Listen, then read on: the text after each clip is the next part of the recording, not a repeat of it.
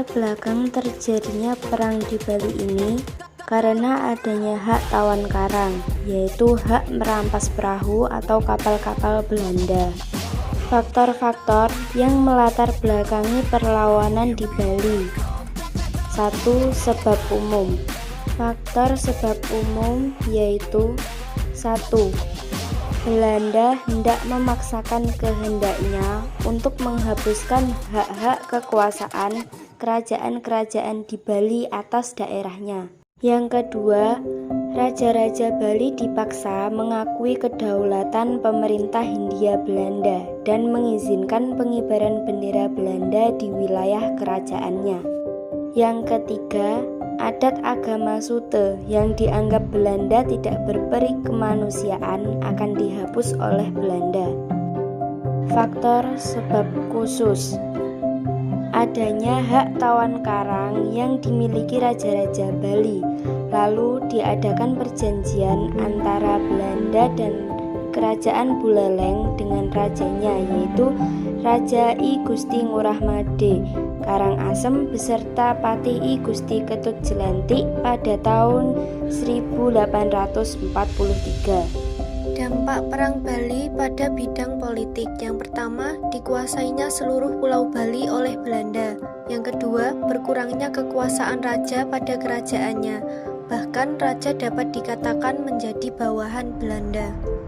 Lalu pada bidang ekonomi, yaitu dikuasainya monopoli perdagangan di Bali, karena Bali merupakan daerah yang sangat strategis yang banyak dikunjungi bangsa asing.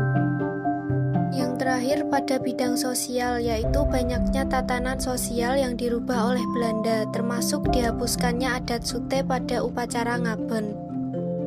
Perlawanan rakyat Bali.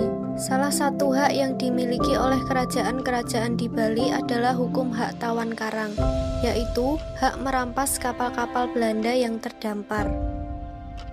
Kemudian, Belanda mengadakan perjanjian pada tahun 1841 dengan Raja Klungkung, Buleleng, Badung, dan Karangasem terkait pembebasan kapal yang terdampar, memaksa untuk mengakui kedaulatan pemerintah Belanda, serta mengizinkan pengibaran bendera Belanda di kerajaannya.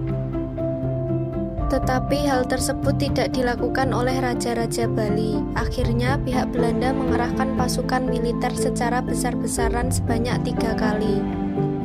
Ekspedisi pertama pada tahun 1846, rakyat Bali menang dan berhasil mengusir Belanda. Ekspedisi kedua pada tahun 1848. Kali ini pasukan Belanda juga dapat dipukul mundur. Perang ini dikenal dengan Perang Jagaraga I. Ekspedisi ketiga pada tahun 1849 dan pada akhirnya rakyat Bali mampu dikalahkan. Adapun tokoh yang terlibat dalam perlawanan Bali, yaitu I Gusti Ngurah Rai, I Gusti Ketut Jelantik, I Gusti Ngurah Pindah, dan Ida Made Rai.